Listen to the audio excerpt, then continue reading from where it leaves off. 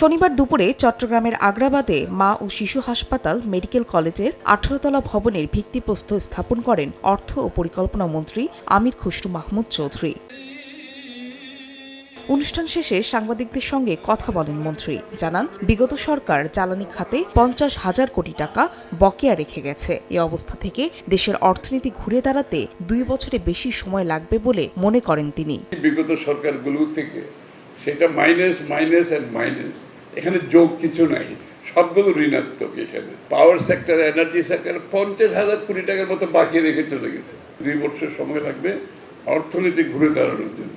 স্বাস্থ্য খাত নিয়ে মন্ত্রী জানান, অতীতে এ খাতে ব্যাপক লুটপাট ও দুর্নীতি হয়েছে। তবে আগামী বাজেটে স্বাস্থ্য খাতকে গুরুত্ব দিতে চায় বিএনপি সরকার। এইবার আমাদের বাজেটে স্বাস্থ্য খাতে বরাদ্দ আমরা অনেক বাড়িয়ে দিচ্ছি।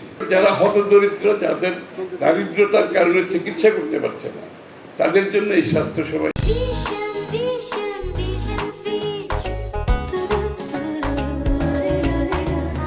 এদিকে রাজধানীতে এফডিসিতে আসন্ন বাজেটে মূল্যস্ফীতি নিয়ন্ত্রণে চ্যালেঞ্জ নিয়ে প্রাক বাজেট ছায়া সংসদে অর্থ উপদেষ্টা জানান, বিগত সরকার ব্যাংক থেকে বিপুল পরিমাণ অর্থ ঋণ নেওয়ায় চাপে পড়েছে বর্তমান সরকার। দুঃখের বিষয়, পরিতাপের বিষয় যে বাংলাদেশের কর জিডিপি হার 7% নিচে।